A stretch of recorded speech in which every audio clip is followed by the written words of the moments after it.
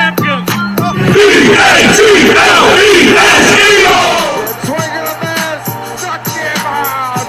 The Philadelphia Phillies are 2008 World Champions of Baseball. Ladies and gentlemen, the Flyers are going to win the Stanley Cup. The Flyers win the Stanley Cup. For the lead. Yes! Iverson, wow, what a fake off Daniels as he broke his ankles and got all the way to the cup.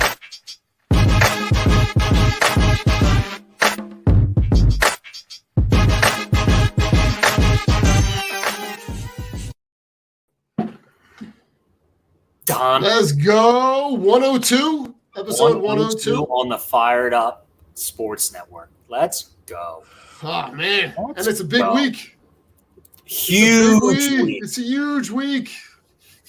Because we finally have playoff football back got in it. Philly as it's supposed to be. That's right. Let's Beautiful go. things are happening. Beautiful things are happening, Don. The stars are aligning. Mercury is in retrograde, and we have playoff football in 48 hours. In 48 hours' time, our Eagles will be taking the field against the New York Football Giants. And the icebox Becky O'Shea can't save your candy asses. All right? Let's go. Hopkins Hainan is probably a better wide receiver than the garbage that they're throwing out there right now. Ooh, we're going to break it all down. Oh, we're breaking it down, baby. Oh, good Ah. God. But listen, we got lots to talk about. The big wild card weekend was a little bit more enticing and exciting than maybe we thought it might be. Some of the matchups. Good God. We had Dougie P finds the horseshoe again. I was dying because I think I called it on this show that the Jags would win. And Yeah. when the Chargers were up 27-0, I put it in my friend's group chat. I'm like, the Jaguars are still going to win, right? And everything went silent. And then all of a sudden, I feel like I was watching the game. So I'm like in the group chat. I'm like, are you guys watching this? Like, are you guys fucking watching this? Because I'm up just like glued to it. And it's just, here comes the Jaguars, slowly but surely. Then they take the lead and it's over. And I'm like, Brandon Staley, you are a fucking moron. Oh, my God. How terrible of a head coach are you that you're up 27-0 and you lose 31-30? God, it was so Damn shame. It was, yeah. I mean, the one video I saw that was kind of funny was dude fell asleep when it was 20.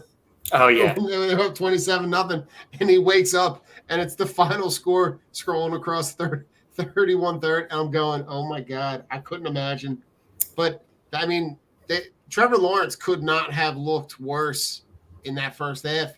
And kudos to him for kind of turning it around, man. He just kind of keeps his composure and kind of pulls it all together, man. It was impressive to see in terms of how I view him and that franchise moving forward. That arrow is pointing straight up. And his free agent acquisitions helped him out. Kirk, Zay Jones, Ingram, they all played a huge part in that. ETN looked good. Yo, he looked good. It's interesting when you get the best player involved on your offense and you see how well it comes together. I still was shaking my head with Brandon Staley playing his starters in that meaningless game, then Mike Williams breaking a bone in his back and not being able to play. That hinders your offense so much. They can't get the running game going because that offensive line is not good. Like, Austin Eckler was a monster this year, yes, for fantasy. But you break it down, his games were like 12 carries, 64 yards, and like 3 TDs.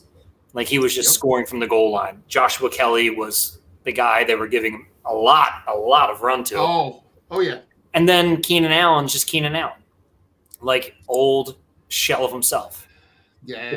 It just makes me laugh because I look at how hyped Justin Herbert is. I think Justin Herbert is a good quarterback. I think he has the comparisons of Josh Allen and Mahomes with arm talent-wise, but he's not going to take a step forward underneath Brandon Staley or, mentally. I just don't think Justin Herbert is that dude. And all of ESPN, NBC Sports, and Fox Sports want you to believe that he is that dude, and I just don't see it. Like, I really don't. What's up, Chris? What's going on, buddy? Who? Just breaking down some, wild card weekend, and now we're moving into the divisional round, and it's just going to be it's insane. I'm so excited. It's wild. So like that, and that day, Saturday starts with the Seahawks 49ers, and in the they look, that game looks moderately competitive at halftime. Yeah. Right. It's 17-16 Seahawks, and true to form, right? Yeah. The 49ers just kind of flip a switch, turn it on, and they put up 7 in the third and then 18 in the fourth. That Deebo Samuel 78-yard catch was stupid. Like, the defense. That was a backbreaker, man. Was stupid.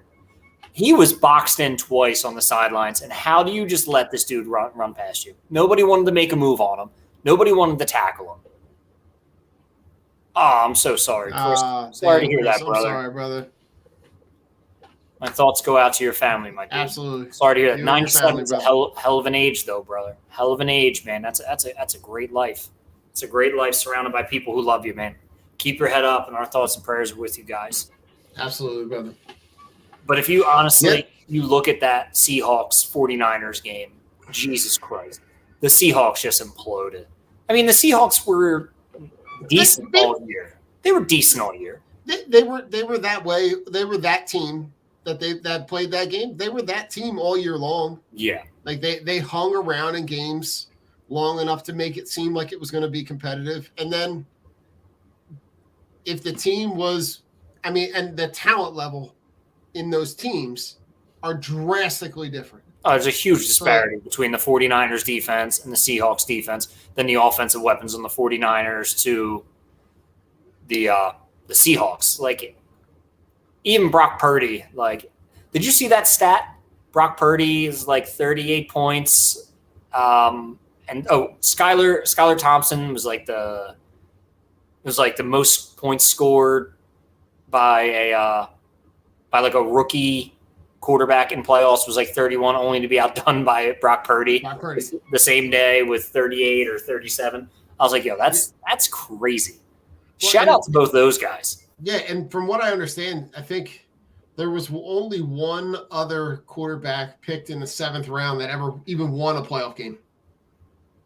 And it was like, I want to say it was like in like the late 70s, early 80s, like not in a long time. So, listen, he is playing well within that system, right? Yeah. He knows that he doesn't have to do a whole lot because he can hand the ball off to Christian McCaffrey or Deebo Samuel or Elijah Mitchell, right? And then he's got Deebo Samuel when he's on the outside with Ayuk and Kittle.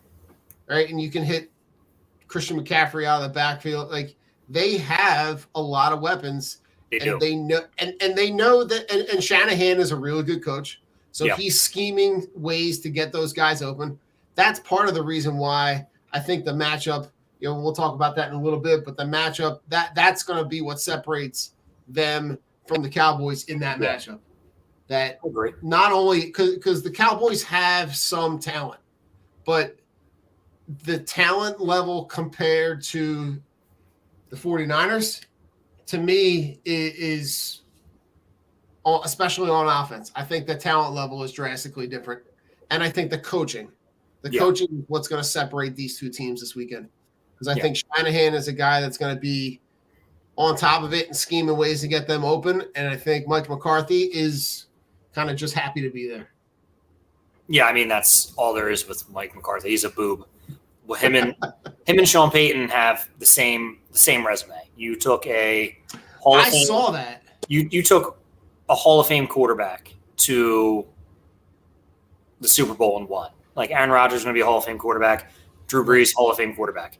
Like, what makes me laugh is they both don't have the resume that Doug Peterson has. Because Doug Peterson, to me, has a better resume.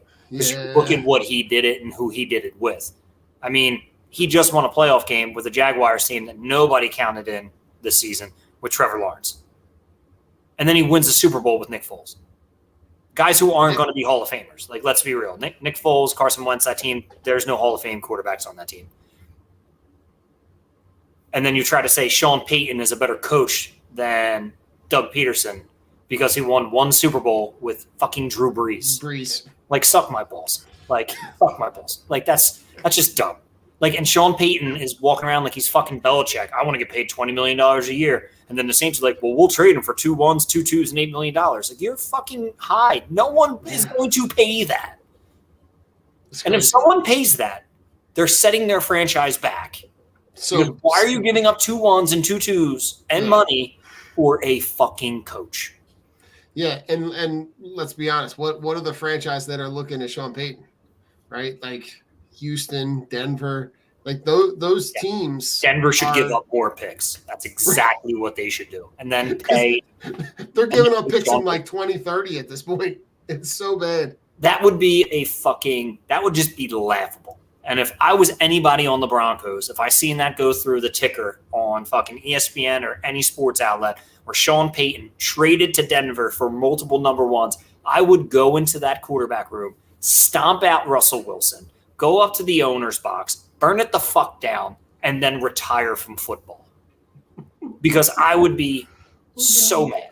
It makes 0 sense for any team to trade 2 number 1s and 2 number 2s for a fucking quarterback for a fucking coach who could only win with a Hall of Fame quarterback. Right. Sean Payton did not want to be part of a rebuild because it would tarnish his legacy. And that is me. This is what I'm projecting because Sean Payton is a pompous prick. He is an unlikable guy in the NFL. One of the most unliked head coaches in my eyes. Because he's a fucking douchebag. His bounty gate bullshit, what his staff did. Yeah. And then all of a sudden, Drew Brees retires. So now, oh shit, I got to get the fuck out of Dodge. I'm going to retire for a year. Why? Because you knew your team was absolute dog shit, and you can't scheme up an offense that isn't running 5-yard slants to Michael Thomas in his prime. Right. Like it's stupid. Like Sean Payton is the worst of the worst. You bailed on your team because you don't want to be part of a rebuild. Good for you, Sean Payton. No team with a fucking good franchise quarterback needs you. And if you're not going to develop talent, then go to fucking college and handpick the recruits you want and then make it there. Yeah, right. Truthfully. Yeah. Yeah, you're not wrong. Yeah, and then listen. That shit just irks me when he thinks he's fucking Belichick. I want $20 million. Get the fuck out of here, Sean. Yeah. You're not worth $20 million.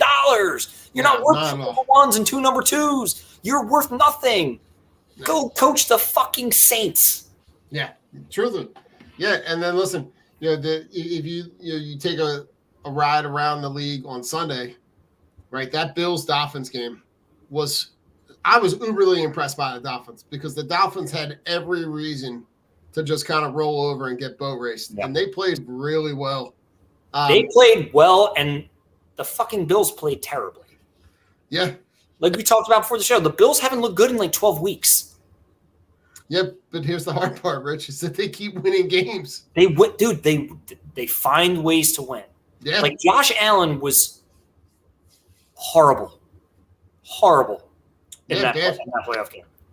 His fumbles and his stupid fucking throws that he's making, I have no idea what he's doing. And then that stupid him going at it with Wilkinson. Like, what are you doing? He's fucking dumb. Like, you're acting like a fucking child right now because he's frustrated because he's not playing well. Right. Which bodes well for the Bengals, who also aren't playing well, who also should have lost to the Ravens if Harbaugh was fucking smart. First and goal from the 2. You run a quarterback sneak. You don't give it the ball to fucking J.K. Dobbins, who's been running wild since he came back from injury. Yeah, it's wild. Are you done? Are you done? Are you done? And that's the funny thing, Rich, is that he's a coach that I like. I kind of like because he normally makes really good, smart decisions. Yeah, it's not smart. But in that moment, man, that was fucking dumb. Like dumb. Looking at it from just my point of view, if I'm the head coach and it's first down on the 2 and we have a chance to take the lead and fucking like put a dagger in this fucking team, with I think it was like 7 minutes left or less than that, maybe like 5 minutes left. I forget what it was. I'm taking time off the clock. So I'm going to run the ball straight up the middle with J.K. Dobbins. Get a yard, get a half a yard. Then it's second down. Okay. And then I'm running the ball again with fucking J.K. Dobbins. Push the pile forward. Oh, shit. I'm up against the goal line.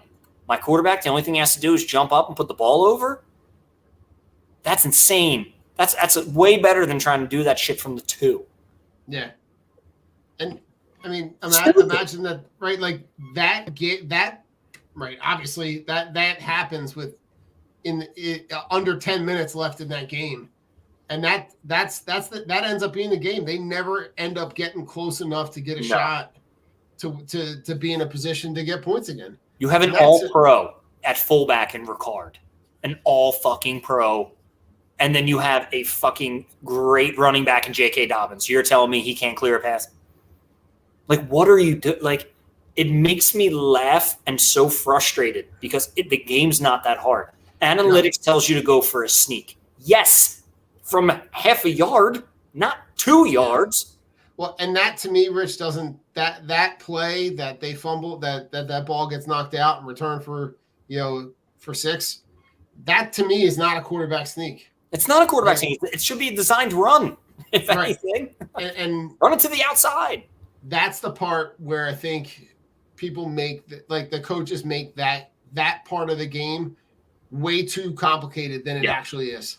Like, look at that. You have John Harbaugh. You have been in that position so many times. Like, that, and that to me is where I call out my offensive line and be like, we're just going to run the ball. If you can't get us 2 yards and get this dude in the end zone, then we don't deserve to win. And we don't deserve to win. But like, you put your guy in a position to say, maybe try to jump over the line 2 yards. That's not going to happen. That's 6 fucking feet. His arms aren't 6 feet long.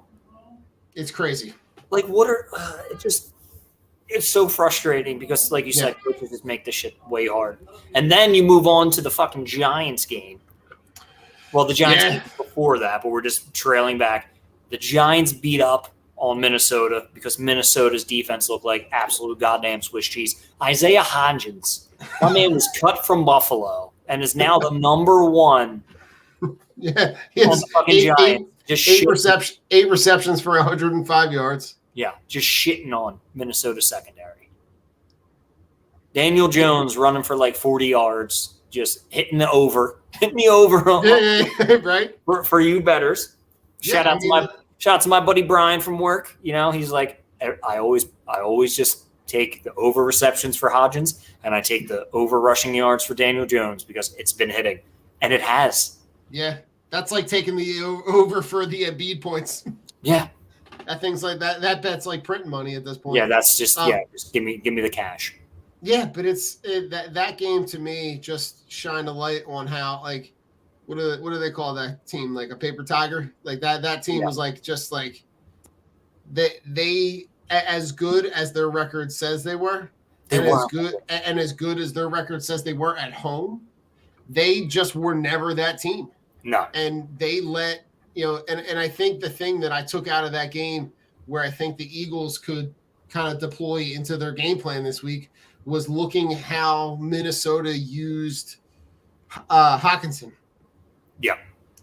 And implement into that game plan, because I think the way that they designed their game plan to get Hawkinson the ball, you're going to be able to do that, but with better guys on the outside. Yes. The combination of A.J. Brown and Devontae Smith, and then you put Goddard, in the middle to run either down the middle, down the seam of the play, or out towards the sidelines.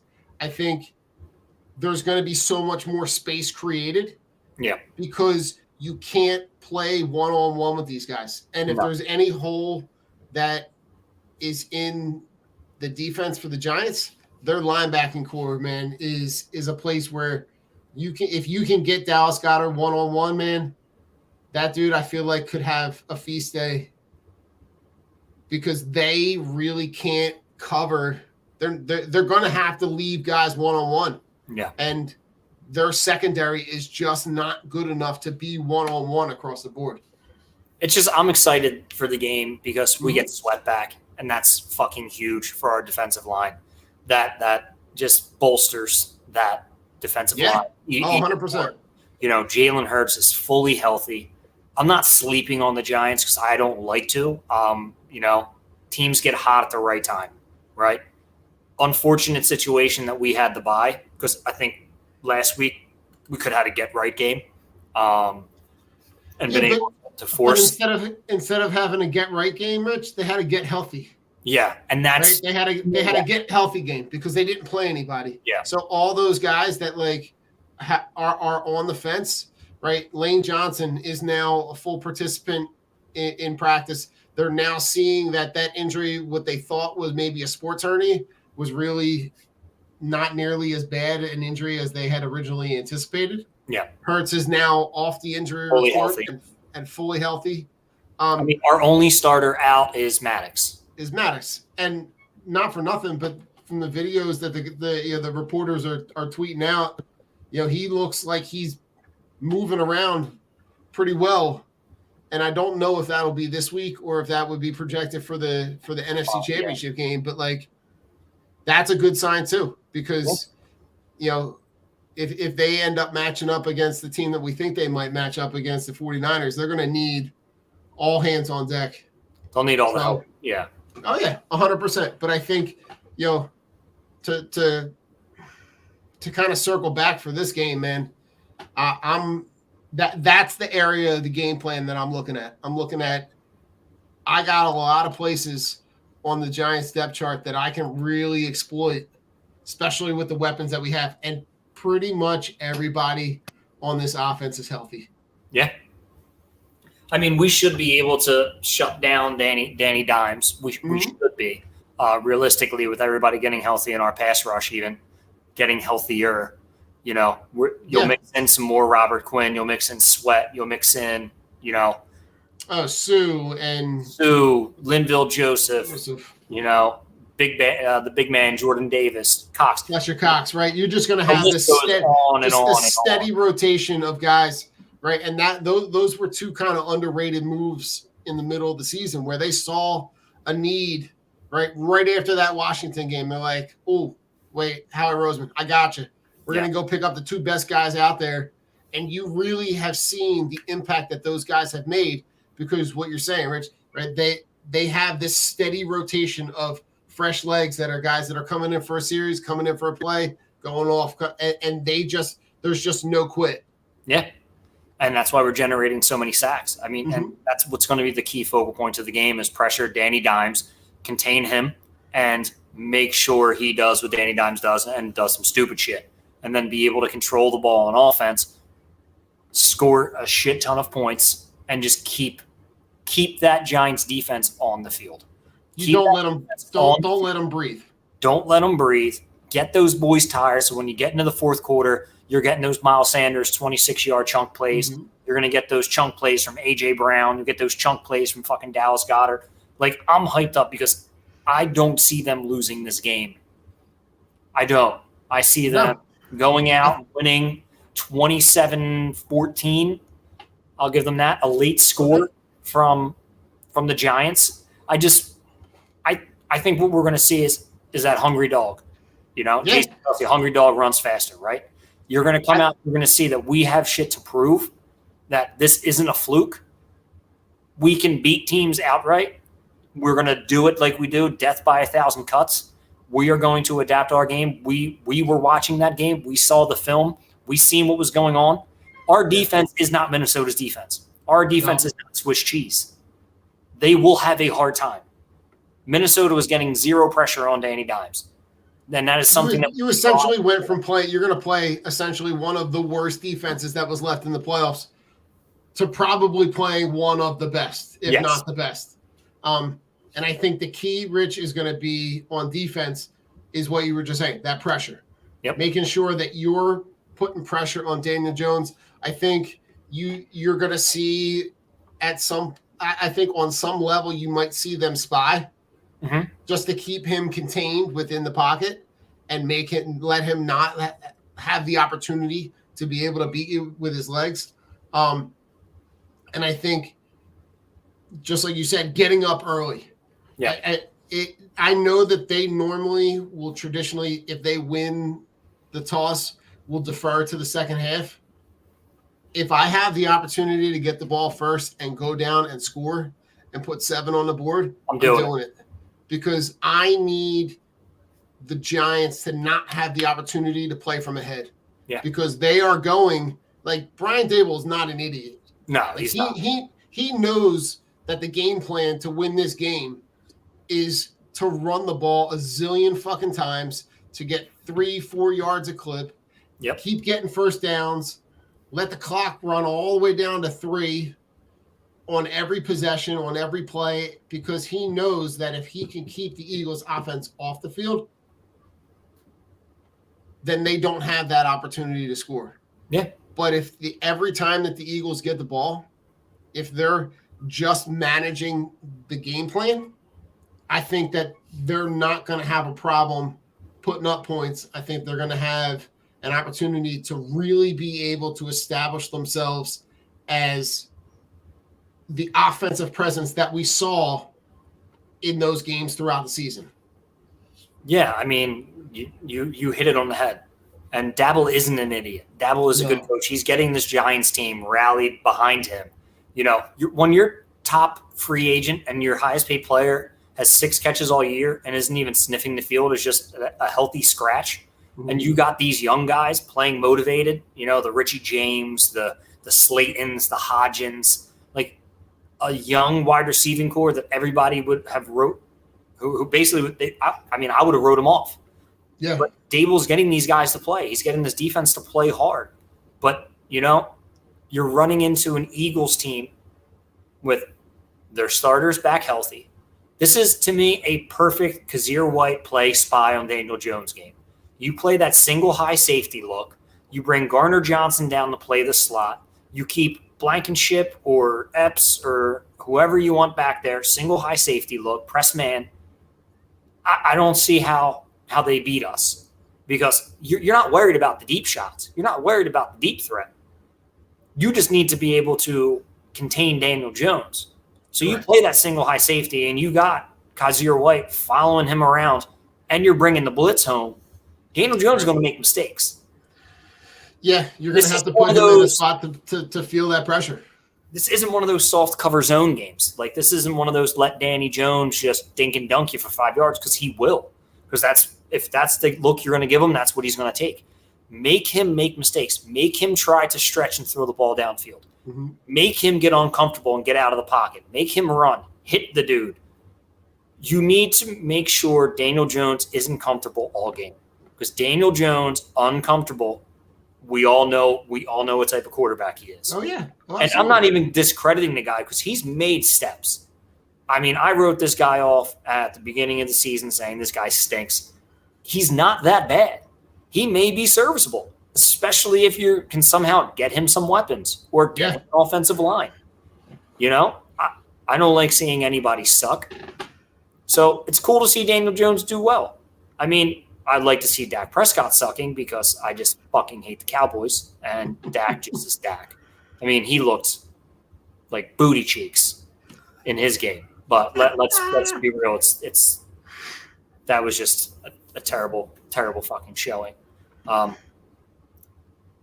So yeah, I'm just excited, dude. It really is. It really is going to be a great game. I'm glad I don't have to wait 2 days. I'm happy to watch the 8:15 game on Saturday. It's going to be great. But Don, who's going to be your player of the game, and what's your final score? I'm going back to a guy that I talked about earlier. I'm going back to Dallas Goedert. I think this is a place where, you know, he can get open. He's not the matchups between the guys that they have on their linebacking core are not at the athleticism level that I think Dallas Goedert is. And I think he has a big game. I think he's a guy that can get right in the slot. He can get right in space. And he can expose a lot of where the Giants are weak. So And I think that also is going to open up a kind of safety valve for Jalen Hurts. I think that's a guy that he can maybe check down to, get that first down, move the chains, and really that underneath stuff, I feel like is going to open up some over-the-top shots for A.J. Brown and for Devontae Smith. So I think it's a Birds win. I think it's a 28-21 kind of game. I think it's a one-score game. But I think it's a game that the Eagles win not in a sweat. Okay. I like it. So I'm going my offensive player of the game is going to be A.J. Brown. I think he's going to go for 8, 164, and 2. Ooh. I think he is going to show you what it looks like to be a number one in the playoffs. He's going to have a get your popcorn ready. Yeah, he's going to have one of those. We running tonight, boys. There's big fucking 50-yard plays that he loves to rip off. I just have a feeling it's going to be an A.J. Brown type of offensive game. And then on the defense, I'm looking right at that defensive line, baby. I'm looking right at it. 8+ sacks. They're going to get home. You're going to see that healthy rotation. You're going to see a Daniel Jones getting hit, man. You're going to see a welcome back. It's going to be a body bag game. You're going to welcome back Sweat. Give me 2 sacks from Sweat. Give me 2 from Reddick. Give me 1 from Fletcher Cox, 1 from Sue. Give me 1 from BG. And I don't know how many that was. And give me, 1 for the big man, Jordan Davis. Oh, it's going to be one of those games, man. I just have a feeling that this defensive line is going to get home. You're going to see that. You're going to see those 8 sacks and that A.J. Brown get right. But like I said, I still think it's going to be like 27-14. I think it's going to be, Giants go down, get a meaningless touchdown toward the end of the game, and that's kind of it. When we're back playing the prevent, trying not to get hurt. And it's just going to be one of those things. Eagles come out and they step on necks early. I like it. Rich, we're going to take a quick commercial break, and then we're fantastic. going to come back, and then we're going to talk all the other matchups, the Cowboys, 49ers, and then the 2 AFC matchups. So hold on, we'll be right back. I'll be here. Von C. Brewing Company is a 20-barrel, 16,000-square-foot microbrewery with a 2,500-square-foot tasting room, including a spacious outside beer garden in Norristown, PA, in the heart of Montgomery County. The Von C. family is part of the family that started C. Schmidt and Son Brewing in 1860. Stop in Wednesday through Sunday and taste a variety of draft and 16-ounce cans of originally brewed beer and tell them the Drunk on Broad crew sent you. Von C. Brewing is located at 1210 Stenbridge Street, Suite 300 in Norristown. Cheers. Team Clicks are the only glasses for real sports fans. With interchangeable arms, you can support all of your favorite teams, or even make and create custom options as well. These die-hard sports fans have realized that sports fans needed something other than face paint to show their love and passion for their teams. Go to teamclicks.com/DOB and show your love for your hometown team. La Torrance curated collection of men's and women's watches is a perfect investment that lasts for years to come and fits perfectly with your every outfit and style. Our range of classic watches aren't just a great perfect formal and casual accessory, but a time machine that takes you back to memories. Explore our collection of timeless watches that can reflect your taste, personality, and personal style. Our exclusive collection of carefully curated, affordable luxury watches is what you need to make a personalized style statement. You can take pride in your prized possession, handing it over to the next generations as your most loved asset that they can also own and display with the same pride. These high-quality pieces stand the test of time, giving exceptional value and return on your investment. Go to la-touraine.com and use code DOB at checkout and get 10% off. If you're looking for unique sports apparel, check out Streaker Sports. They've dug deep into the archives and have brought back some incredible defunct team logos and have even created entire defunct league collections. They also have collections paying homage to sports culture, including the Miracle on Ice, Slap Shot, Caddyshack, the Mighty Ducks, and even have a license with Wiffle Ball and USA Hockey. Only for Drunk on Broad listeners, use code BROAD at checkout to get 10% off anything at streakersports.com. Again, that's 10% off anything at streakersports.com with discount code BROAD.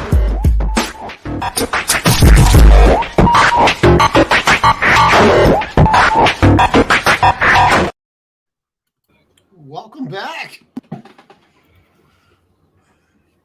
Go check out our sponsors on our link tree over on all the top of the heads of the social media.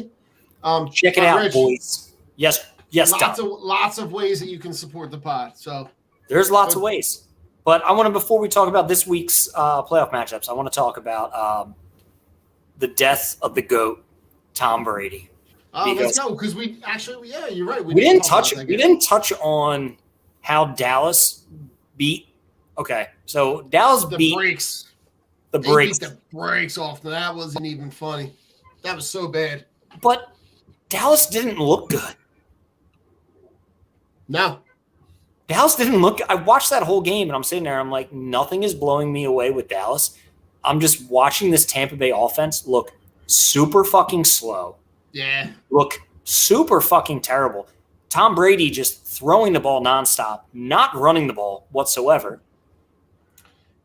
And then it seemed like a super lazy game plan. They kind of was a terrible game plan. It's almost like they just kind of like rolled the balls out there. We're like, Tom Brady missing wide open dudes, throwing his hands up. Like, yeah. Tom Brady getting pressure, short arming dudes, throwing his arms up like his wide receiver is supposed to do anything. Like, it made me laugh because I loved that this is the way that Tom Brady's going out this year. Because it just goes to show you that at this stage in his career, he is no longer able to do what he used to be able to do. He needs a ton of supporting cast around him. Yeah.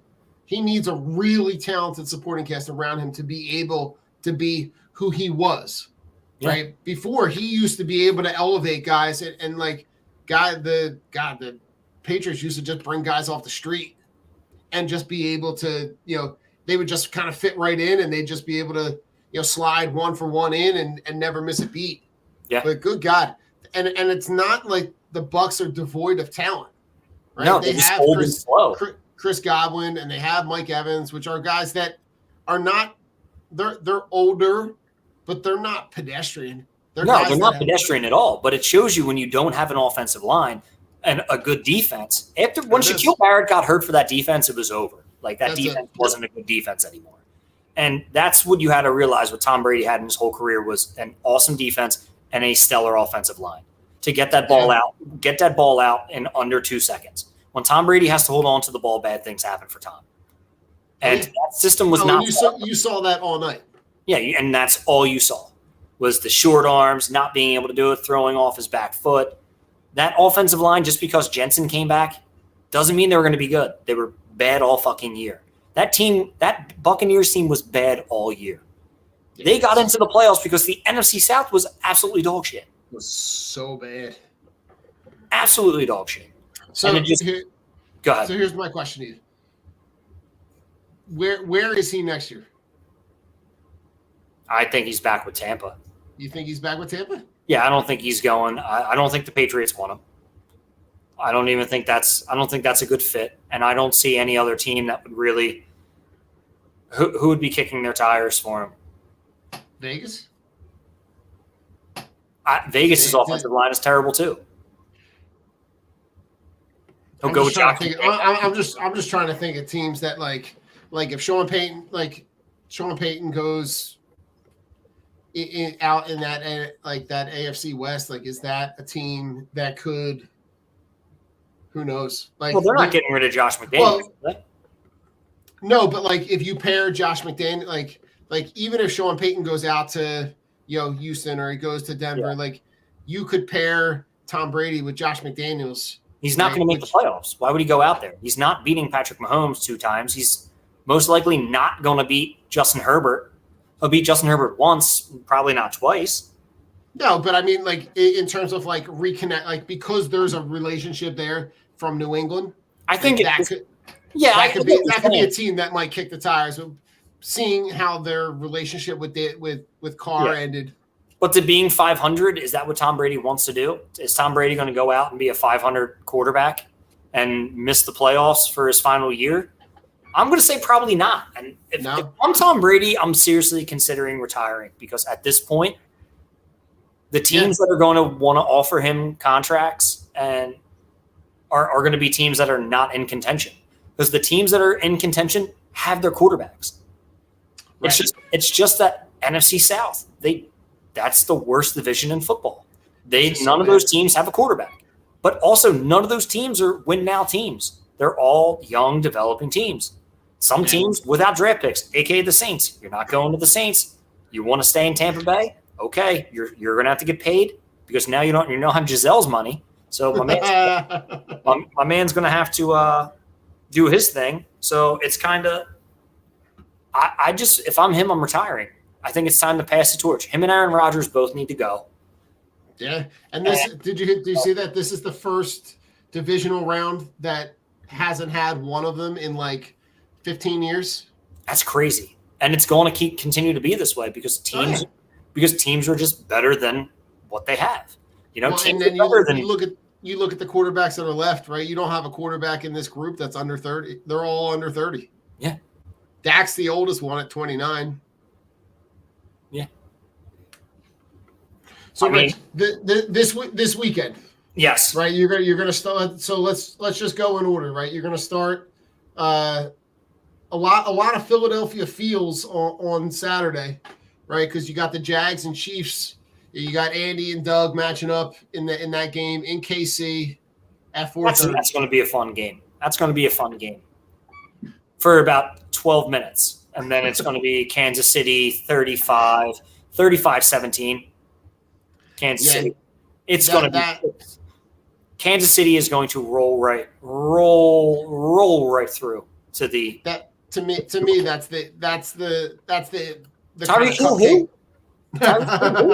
Yeah, I mean, really, like you look at the roster that like they literally Andy Reid just like interchangeable parts. Oh, Tyreek Hill, we're not gonna pay you. We're gonna ship you to Miami, and then they bring in, you see the guys like Mecole Hardman, right? You see Travis Kelce, right? You see those guys just kind of step up and fill in, and they don't even miss a beat.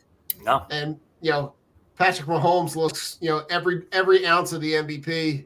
As good as a year as Jalen Hurts had, I think it's a shame that injury happens when it does because they were kind of 1-1 when you talk about that MVP race. But, man, he just doesn't miss a beat, is super intelligent on the field, takes care of the ball, doesn't make a ton of mistakes. I think that's the game that kind of gets away early. But I do like the idea of, like, Doug and Andy matching up. But yeah, I think that's a 2+ score win for the Chiefs. I think it's a rocking chair ride from about the middle of the second quarter on. Yeah, I don't see it being very close. I mean, I love Dougie P playing against Andy Reid in a big time game. I mean, it's a good story. Yeah. Off the Andy Reid coaching tree, which is pumped out great coaches. Yeah. It just shows you how highly touted and just the high caliber of coach Andy Reid is. It's unfortunate that us as Eagles fans had to get rid of him. But I mean, 14 years, it was his time. Yeah, I mean, and he needed to move on. We needed to move on. It was one of those situations. He's been in KC 10 years. Yeah, it's fucking crazy, right? 10 years. But I mean, and he never missed a beat, right? He picked right back where he left off, and just kind of built that franchise the same way that he built this Eagles franchise. Except I think he learned his lesson and realized that like I can't just have a really good quarterback. I need to surround him with weapons. This is one of those separating the men from the boys games. It's going to separate the good team This is a perfect matchup for Jacksonville to get beaten up on and to harbor to get better. I think absolutely. this is one of those games where they're going to get humbled because they probably shouldn't have been there in the first place.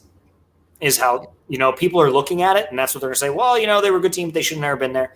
No, they deserve to be there. They played hard, and they beat a good Chargers team. They beat a good Tennessee team to get in, regardless who the quarterback was at the time. To seal that deal. But this is one of those games where Jacksonville loses, they harbor that loss, and they turn it into something good. And I think under Doug Peterson, something good's going to blossom, something good's going to happen, and it's just going to spark something to keep them into that playoff conversation for a while. So, yeah, I think in that division, I think the Jags are going to set themselves apart over the next couple of years. Is just the feeling I get based on the other teams in that division too. Yeah. Chiefs, right, and then Chiefs by a lot. Chiefs by a lot. And then all right, so then you got the Eagles Giants game on Saturday night, 8:15. Yep. Man, I just get this feeling, Rich, that place is just going to be fucking electric. It's going to be. I'm going to hear it from my house, and I don't even live anywhere close to it. That's how loud it's going to be.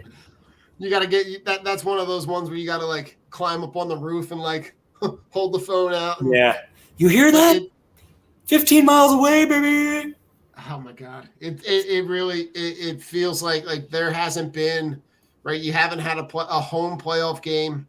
Right since that game against Seattle, where Wentz gets hurt super early, man, I just and not for nothing, but I mean NFL, thank you. You just gave Eagles fans a solid day's worth of drinking to get ready to walk into that joint frothy. Y'all done fucked up.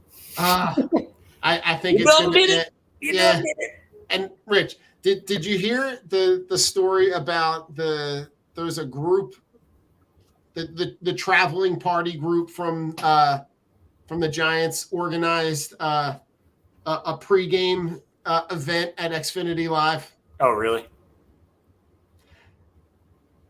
That to me is like that's probably the stupidest thing you could have done. Yeah, that's a bad move. Let's compile all of the people that are from the opposing team in one place so that they can just get berated as they exit. I think it's going to we previewed it earlier, but like I just that place is just going to be fucking electric. I'm super excited. It's going to be such a good time. Didn't have the heart to pull the trigger on the $400 standing room only tickets. But yeah, me neither, Don. Yeah, me neither. It's gonna look Rich. It's gonna look really good from my couch with the surround sound. So it's gonna look. I'm looking forward to it. It's gonna be a fun time, man. And then the early game on Sunday, 3:00, Bengals Bills. Yeah, it's a rematch of the game, right, where you have the events of what happened to DeMar Hamlin. Thank God, he's on the road to recovery and looking like he's going to make a what everybody hopes will be a completely full recovery. This game obviously is going to feature a lot of offensive firepower. Yeah, no, I don't know, man. I don't think it's going to be high scoring at all. I really don't. No, man. I just don't have a good feeling about either of these teams. Bills haven't impressed me, and the fucking Bengals don't impress me. Like they haven't won fucking handily against anybody in a while. Okay. Like the fucking Ravens with no one you can barely beat. If I'm the Bengals, I'm ashamed. And then I look at the Bills with fucking the third string quarterback starting and almost losing. Yeah. Like against that surprised me. At home, you had They also lost to the Jets this year in a really fucking ugly loss. Like I expect this game to be like a 17-14 game just because I just don't see them being able to move the ball, both teams. And I don't know why. It's just a gut feeling that it's just not going to be a good looking football game. It's going to be one of those things. It's going to be a field goal at the last second. I'm going to say Buffalo wins, but I'm telling you what, if Cincinnati wins, then they have to play the Chiefs. I think the Bengals go back to the Super Bowl because the Chiefs can't beat them. Stop. You think that? So listen, I'm on the other end of that. The Bengals, dude. They can't beat the Bengals. I think this game, to me, it could be exactly how you described it. To me, I think it could be also one of those games that they're just throwing haymakers back and forth. I think it could to me, this game could be, Jamar Chase touchdown, Stephon Diggs touchdown. Like, they just trade haymakers all day long. That's what you want to see, but where the fuck have those guys been? I don't know, but I think this is a game where where the gravity of the entire game shows up. And I think it plays out in a way where Cincinnati wins. And I think it's a rematch, but I think if it's a Bills, I don't want to see a Bills Chiefs AFC Championship game because I don't want to see it in a neutral site. I don't want to see them play in a completely out of town game in Atlanta. That game would be played in Atlanta. Like, yeah, it'd be fucking weird. To me, that game should have been played somewhere in the middle. Yeah. Like, if you picked a city in between Kansas City, should have been played in fucking Canada. Well, Canada. You could have played in Pittsburgh. You could have played in Cleveland. Like, you could have played in Cincinnati. Like, you could have played in a bunch of different places that would have been more appropriate for playing that game outdoors in a city that was kind of like either one of those cities. Agreed. So I think this is a Bengals win. Okay. And I think it's a rematch of last year's AFC Championship game. Yeah. And then, Rich, you finish up the week or the weekend, Sunday night, 6:30, Cowboys, 49ers. Whew, 49ers, 31-24. Yeah. 31-24. I just think the defense of the Niners is just going to step up, and Dak's going to be uncomfy all day. And we all know how Dak doesn't even need to feel uncomfortable to do dumb shit with the football. Like, Dak just does.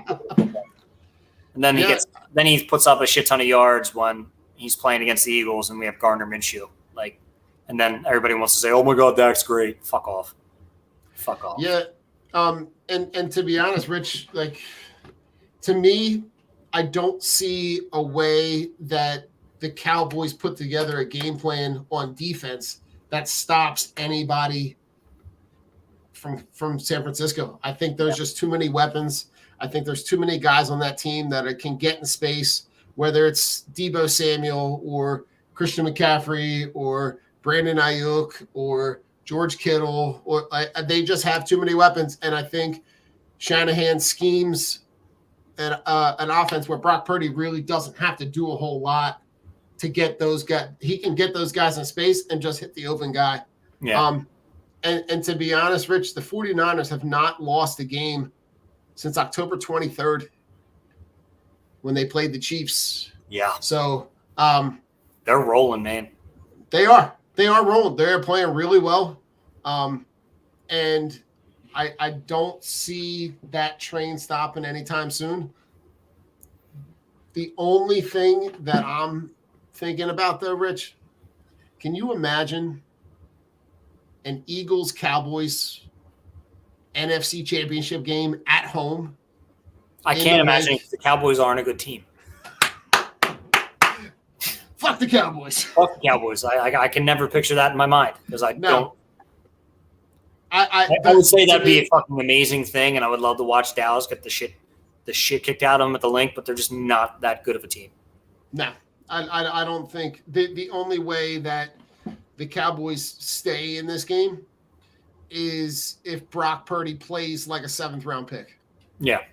If he starts trying to do too much, fit balls in his space, make and mistakes. If he does do that, Kyle Shanahan's going to pull him aside and be like, "All right, this is what the fuck we're doing now."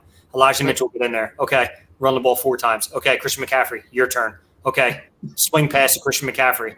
That's Take what the they'll ball do. out, yep. Like they'll take the ball right out of his fucking hands.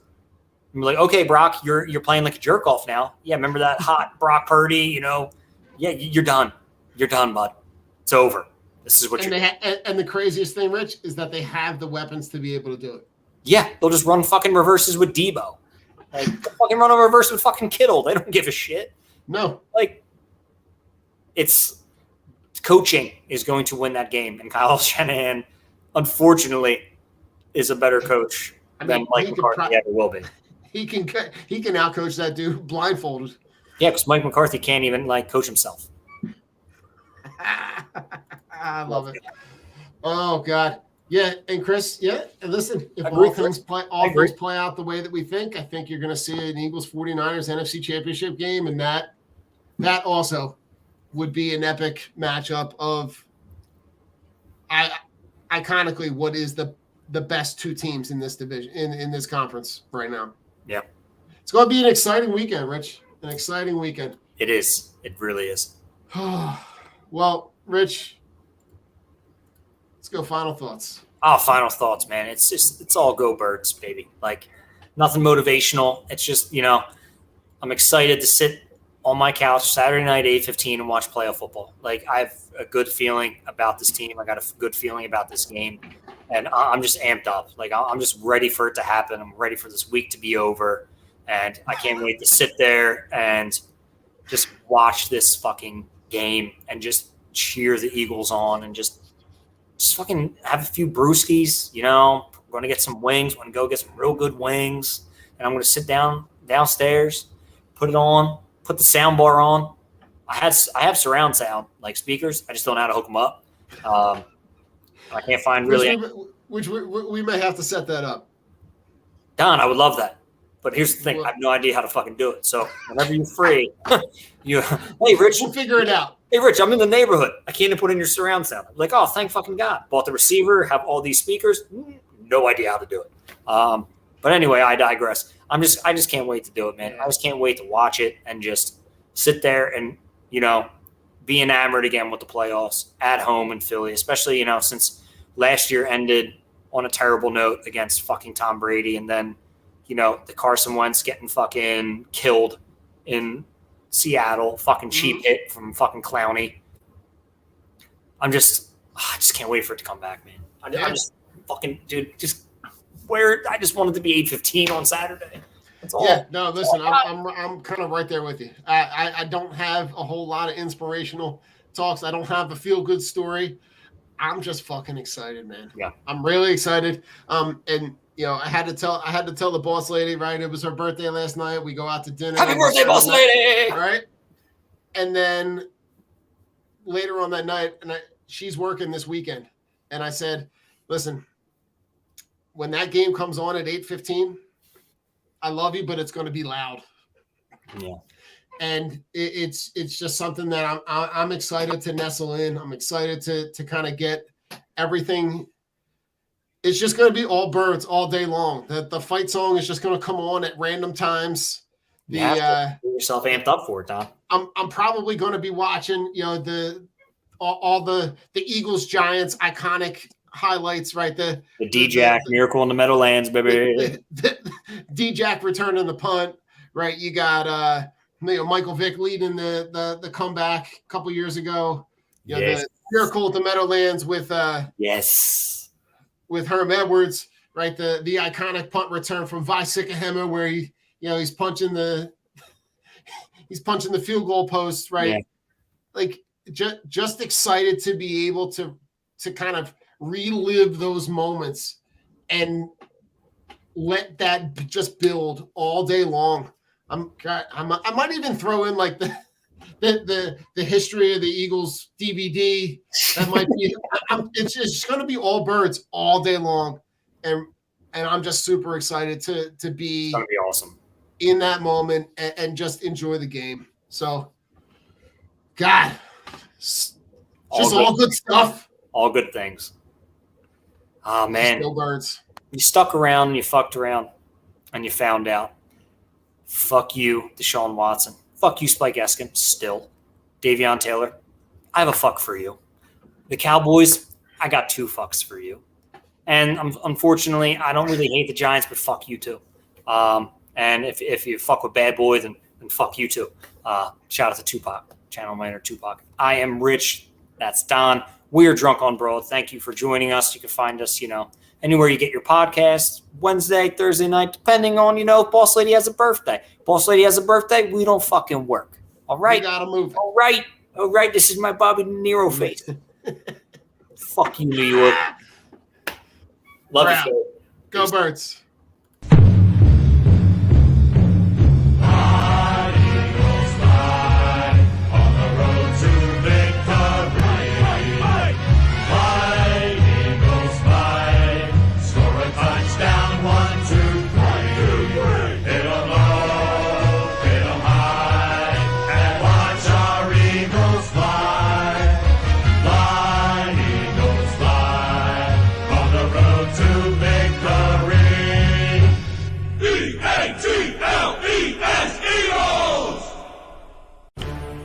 This is the Broad Street Line, where Philly sports fans leave all of their sports hot takes.